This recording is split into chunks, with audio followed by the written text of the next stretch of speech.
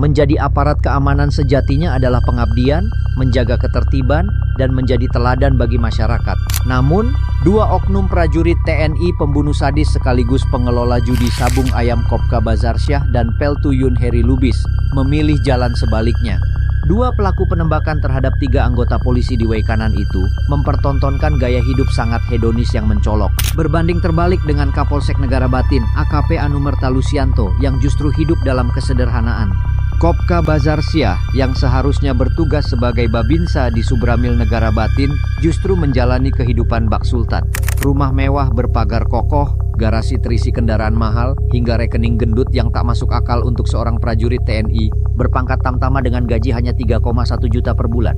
Bukti-bukti gaya hidupnya terpampang jelas di media sosial. Berpose angku di samping Toyota Fortuner hitam, mobil yang harganya bisa mencapai setengah miliar rupiah. Tak cukup dengan satu kendaraan mewah, ia juga punya Toyota Hilux dan motor legendaris RX King yang nilainya juga tak main-main.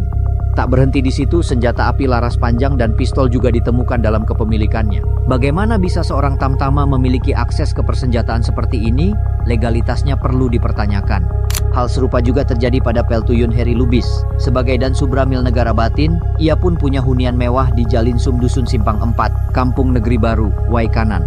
Rumah megah, gaya hidup elit sungguh jauh dari citra seorang prajurit berpangkat Peltu. Bandingkan dengan Kapolsek Negara Batin AKP Anumerta Lusianto. Rumahnya jauh dari kesan megah, hanya bangunan sederhana dengan dinding bata merah yang belum diplester. Tak ada pagar besi kokoh, hanya anyaman bambu yang berdiri sebagai pembatas halaman. Bahkan, tak ada garasi mobil yang menunjukkan kemewahan seorang pejabat kepolisian.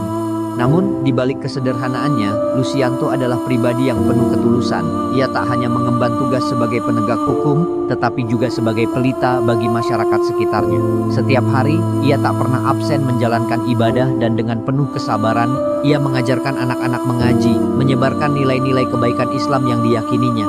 Yang lebih menggetarkan hati, di tengah kesibukannya sebagai Kapolsek, Lusianto tak ragu turun ke jalan menjadi sopir angkot. Bukan karena hobi, tetapi demi menambah penghasilan halal untuk keluarganya. Ia tidak gengsi, tidak takut dicibir, karena baginya, bekerja keras dengan cara yang benar adalah kehormatan sejati. Kini, sosok itu telah tiada, karena nyawanya dan 2 anggotanya direnggut secara paksa oleh oknum TNI Kopka Bazarsyah sang bos judi sabung ayam, namun jejak hidupnya tetap membekas. Kisahnya bukan sekadar tentang seorang polisi, melainkan tentang manusia yang hidup dengan penuh pengabdian dan ketulusan. Lusianto pergi dengan meninggalkan teladan yang tak akan pernah pudar tentang kesederhanaan, kerja keras, dan ketulusan hati. Jadi kira-kira siapa yang mendapatkan jatah setoran dari judi sabung ayam? Silahkan publik menilai sendiri, gambarlah yang berbicara.